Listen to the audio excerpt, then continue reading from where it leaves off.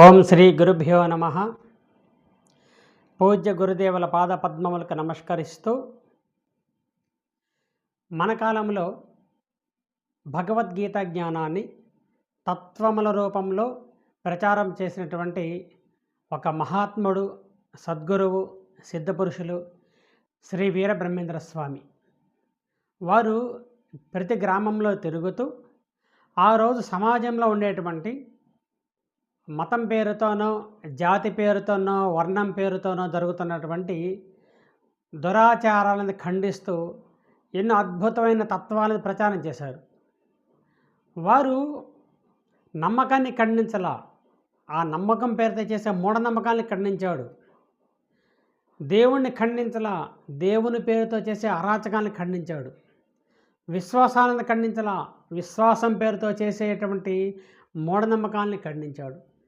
అద్భుతమైన తత్వాల రూపంలో గ్రామాన తిరుగుతూ ఎంతోమంది చైతన్యం చేశారు ఆయన.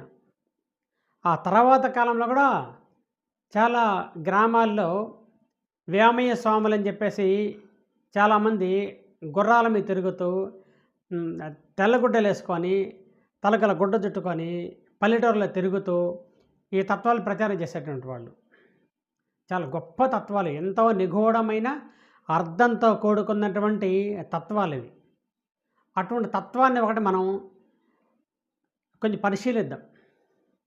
ఏంటంటే అది, చిల్లర రాళ్లకు మొక్కుతూ ఉంటే చిత్తము చెడును వరే వరే, చిత్తమనందు చిన్మయ రూపుని చూచుట నుండుట సరే సరే, ఒక్క పొద్దులని వనరుగా ఉంటే, ఒక్క పొద్దులని ఎంచొచ్చు ఉంటే వనరుగా చెడుదువు వరే వరే, నిర్మలమైన వైభవమూర్తిని చూచుట నుండుట సరే సరే, నీటన మునిగి గొణుగుతూ ఉంటే నిలకడ చెడునర వరే వరే, నీలో ఉండే నిర్మల జ్యోతిని చూచుట నుండుట సరే సరే, బాధ గురువుల పంచన చేరితే భావము చెడునర వరే వరే, భావమునందు బ్రహ్మకాంతని చూచుట నుండుట సరే సరే, భూములు అడవులు తిరుగుతుంటే బుద్ధులు చెడునర వరే వరే, బుద్ధిలో ఉండే పున్నమి చంద్రుని చూచుట నుండుట సరే సరే, వీరయ్య చెప్పిన వాక్కున నమ్మిత వివరము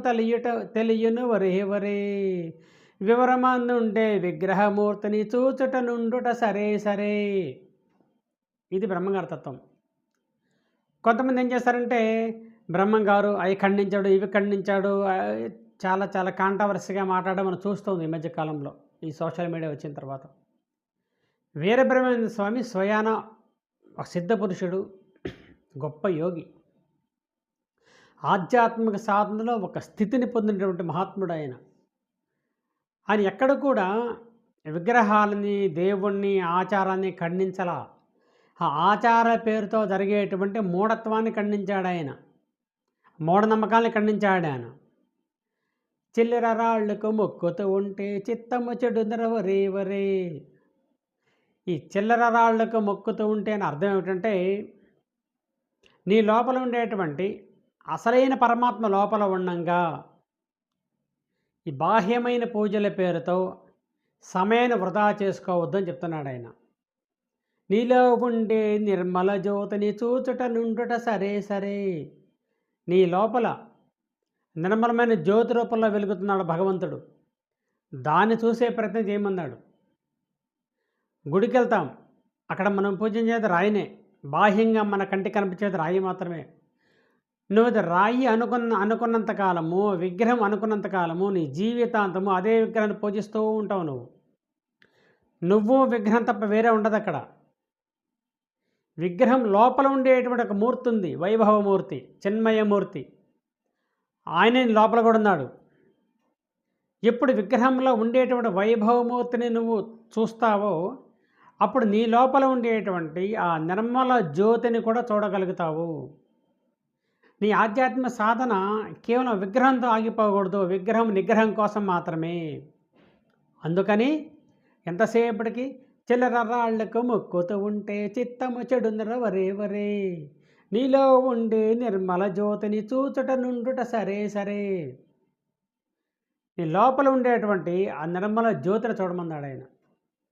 అదే మాదిరిగా ఒక్క పొద్దులని ఎంచుతూ ఉంటే ఒనరుగ చెడుదువు ఒరే ఒరే వైభవమైన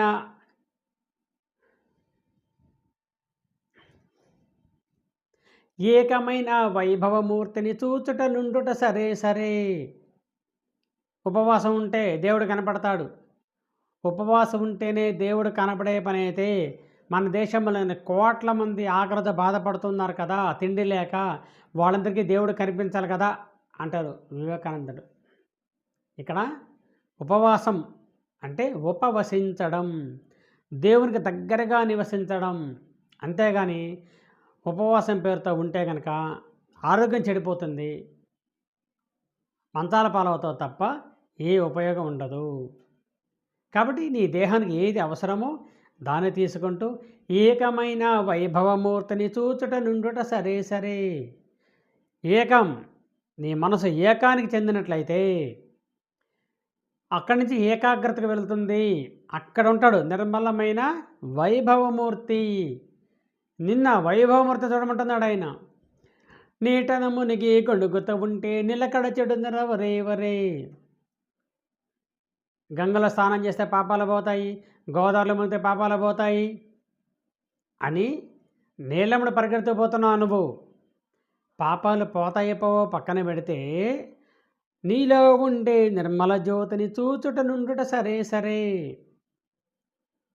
కేవలం గంగలో మునిగితే పాపాలు పోతాయో, ఇంకోటి పోతాయో కన్నా కూడా దానికి హయ్యర్ లెవెల్ ఒకటి ఉంది. అదేమిటి? నీలో ఉండే నిర్మల జ్యోతిని చూచుట నుండుట సరే సరే. నీ లోపల ఉండేటువంటి ఆ నిర్మల జ్యోతిని, ఆ పరమాత్మని చూడమని చెప్తున్నాడు ఆయన. ఎంతసేపటికి బాహ్యమైన పూజలే కాకుండా అంతరంగా చూడు. బహిర్యాగం కాదు, అంతర్యాగము చూడు. అంతర్యాగము చెయ్యి. నీ లోపలికి చూడు. నీ లోపల ఉండి నిన్ను నడిపించేటువంటి ఆ పరమాత్మను చూడే. బాధ గురువుల పంచను చేరితే భావము చెడునర వరే వరే. భావమునందు బ్రహ్మకాంతిని చూచుట నుండుట సరే సరే. బాధ గురువులు ఈ మధ్యకాలంలో సోషల్ మీడియా వచ్చిన తర్వాత యూట్యూబ్ ఆన్ చేస్తే చాలు ఎంతోమంది గురువులు రకరకాల మార్గాలు, ఆ పూజలు చేయి, ఈ పూజలు చేయి, మిరపకాయలతో పూజ చేయి, వంకాయలతో పూజలు చేయి, ఏదో గందరగోళం చేస్తున్నాడు. వీటన్నిటిలో కన్ఫ్యూజన్లో పడి అసలు దాన్ని మర్చిపోతున్నాం. నీ లోపల ఒకడు ఉన్నాడు, అసలు చూడాల్సిందే వాడిని అనే భావన మర్చిపోయి నీకు ఏది ఇవ్వాలన్నా లోపల ఉండేవాడు ఇవ్వాల్సిందే, బాహ్యం కాదు.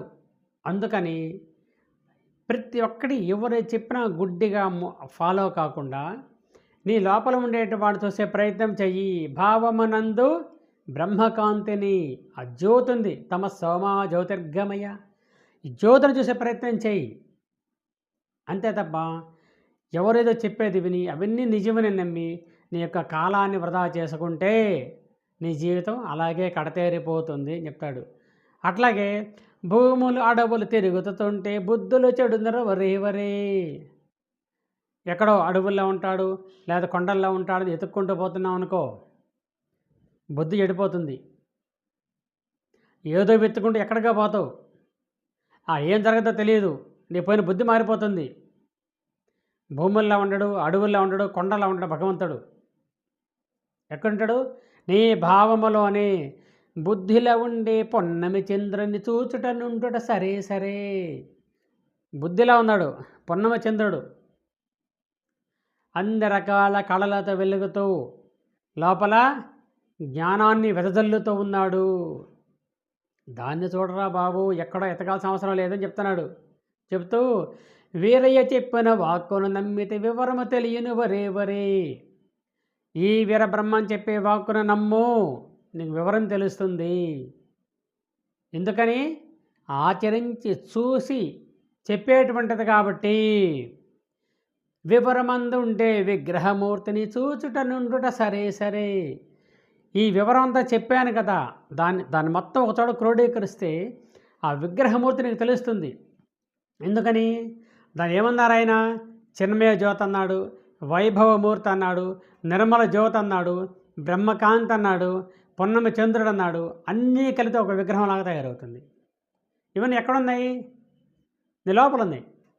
లోపల ఉండేటువంటి భగవంతుని వదిలిపెట్టి తిరగకూడదు అని శ్రీమద్ విరాట్ పోతులూరి వీరబ్రహ్మేంద్ర స్వామి గారు మనకు చెప్పినటువంటి తత్వము.